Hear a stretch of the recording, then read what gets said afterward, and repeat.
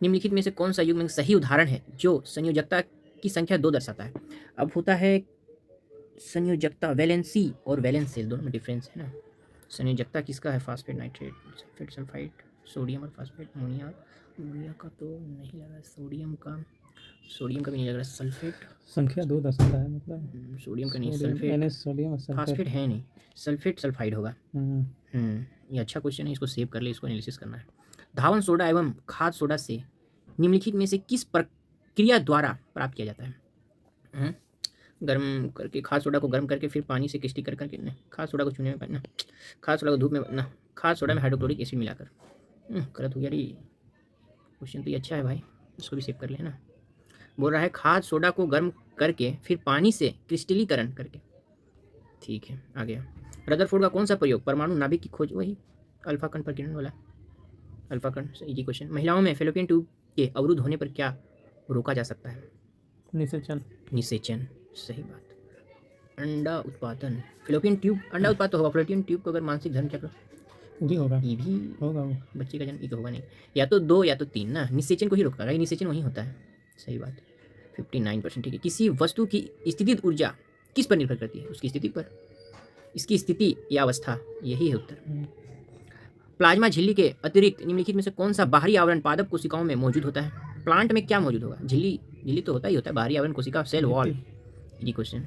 जब एक एसिड धातु कार्बोनेट के साथ अभिक्रिया करता है तो एकदम याद, एकदम जैसे कार्बोनेट आया कार्बन डाइऑक्साइड गैस मुक्त होगा, इंपॉर्टेंट है ये वाला। इसमें आर पूछा है इलेक्ट्रिक आयरन इतना वोल्ट पर काम करते हुए इतना वाट की दर से ऊर्जा की खपत करता है जब तापमान अधिकतम पर होती है।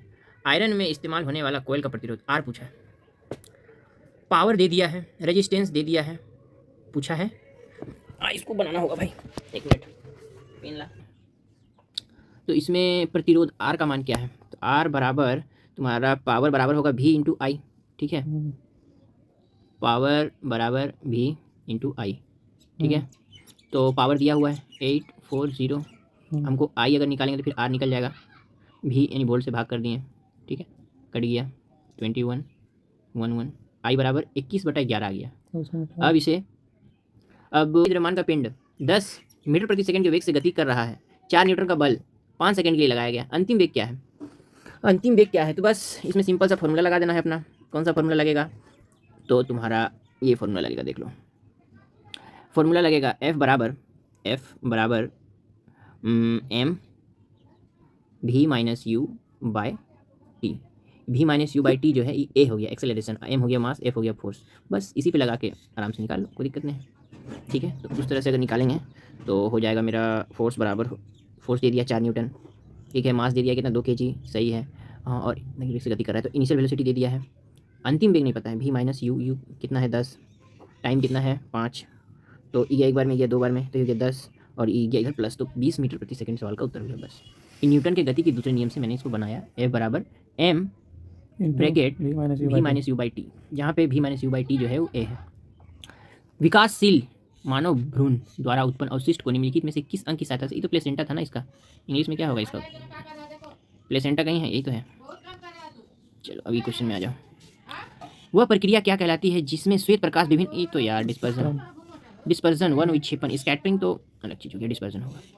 यदि किसी वस्तु का भार पृथ्वी की सतह पर मापने पर इतना न्यूटन है तो चंद्रमा की सतह पर इसका 1/6 हो जाएगा, तो 10 आ जाएगा। जब लेड नाइट्रेट और पोटेशियम आयोडाइड के विलयन में को मिलाया जाता है तो अभिक्रिया में क्या क्या बनता है? ठीक है, किसका निर्माण होता है? लेड सल्फेट का पीला अवक्षेप ना। जब लेड नाइट्रेट पोटेशियम आयोडाइड है तो आयोडाइड आएगा ही आएगा, लेड पीला होता है, पीला अवक्षेप। अच्छा क्वेश्चन है ये, क्वेश्चन टेक्नीशियन में पूछा है, रेलवे में पूछा है, फिर भी सब दे दिया, इसको सेव कर लेते हैं।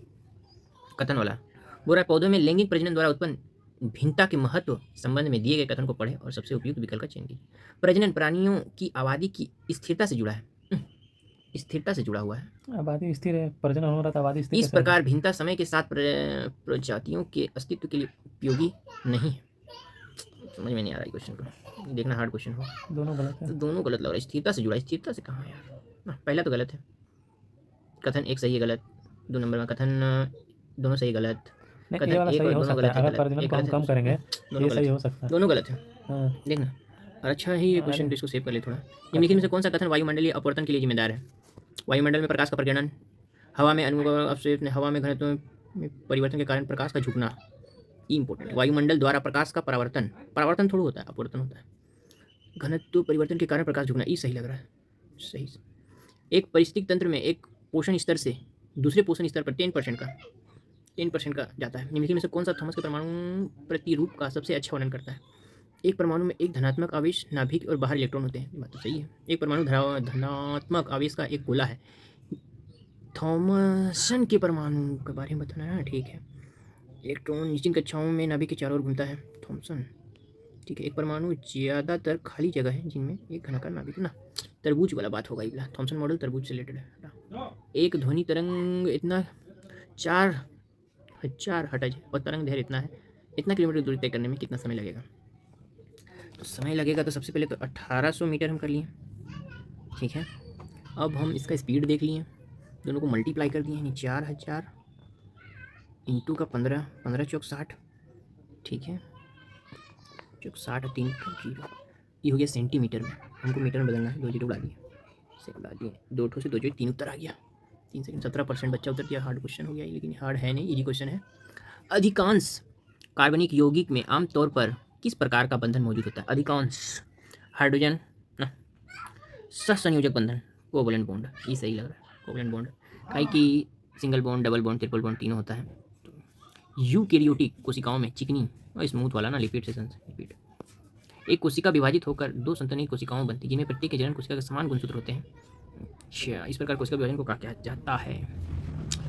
समसूत्री तो होगा नहीं, अर्धसूत्री हो, अरे यार समसूत्री है यार, ये तो समान संतति कोशिका में प्रत्येक जनन कोशिका समान गुणसूत्र, अच्छा मिस्टेक हो गया यार। निम्नलिखित में से कौन पौधे में सकारात्मक भू अनुवर्जन, जियोट्रोपिस गति के लिए जिम्मेदार है? भू तो गुरुत्वाकर्षण वाला होगा, सही।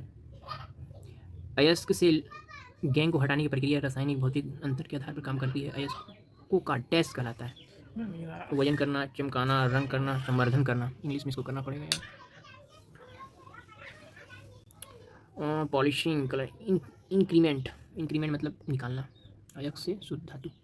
अब इधर आ जाओ, what is the direction of velocity in uniform circular motion? Direction of velocity in uniform circular motion, एक समान वृत्तीय गति में, हाँ ये होगा तुम्हारा वृत्तीय त्रिज्या के अनुदिश, त्रिज्या के अनुदिश, स्पर्श रेखा के अनुदिश होगा। चुंबकीय क्षेत्र रेखाओं के बारे में निम्नलिखित में कौन सा कथन सही है? चुंबकीय क्षेत्र रेखाएं वे हमेशा प्रतिच्छेद करती है, गलत। वे चुंबक के अंदर और बाहर लूप बनाती है, वे केवल चुंबक के केंद्र से उत्पन्न होती है, वे आवेशित कण का पथ दिखाती है। पहला वाला तो गलत है, चुंबक के अंदर और बाहर बंद लूप बनाती है, ये सही लग रहा है, सवाल का सही उत्तर है। यहाँ से तो ये आ गया, तो देखते हैं इसमें कौन कौन सा हार्ड क्वेश्चन है मैथ में, उसको ही सेव करेंगे, बाकी बात क्वेश्चन को सेव नहीं करेंगे। ये तो परिधि, ये तो इजी क्वेश्चन है। देखो 2 विकर्ण इतना इतना है, इसकी परिधि की लंबाई क्या है? कर्णों की लंबाई इतना इतना है, समझते तो इसकी, अच्छा ठीक है, इजी हो गया तेरा। चलो ये भी इजी क्वेश्चन हो गया, ये भी इजी है, इजी है, इजी है, इजी है, ये भी इजी है, ये भी इजी क्वेश्चन है। बाकी सब मैथ तो इजी लग रहा है यार, कोई क्वेश्चन रीजनिंग में आ गई, रीजनिंग तो सभी इजी है, इसीलिए तो कट ऑफ इतना ज़्यादा जा रहा है इजी पेपर के कारण। पेपर का लेवल बढ़ाना होगा, तभी कोई उपाय का। ये सब इजी क्वेश्चन दिखा रहा है, 80% 90% बच्चा 80% लगभग मारा ये सवाल। अच्छा ये रीजनिंग का है, ये सॉरी करंट अफेयर का, इसीलिए 10% दिखा रहा है, ठीक है। तो आज के लिए इतना ही, इसी तरह के और टॉप क्वेश्चन में लाता रहूँगा। सब PYP है, ऑफिशियल पेपर आप देख सकते हैं, ग्रुप डी का।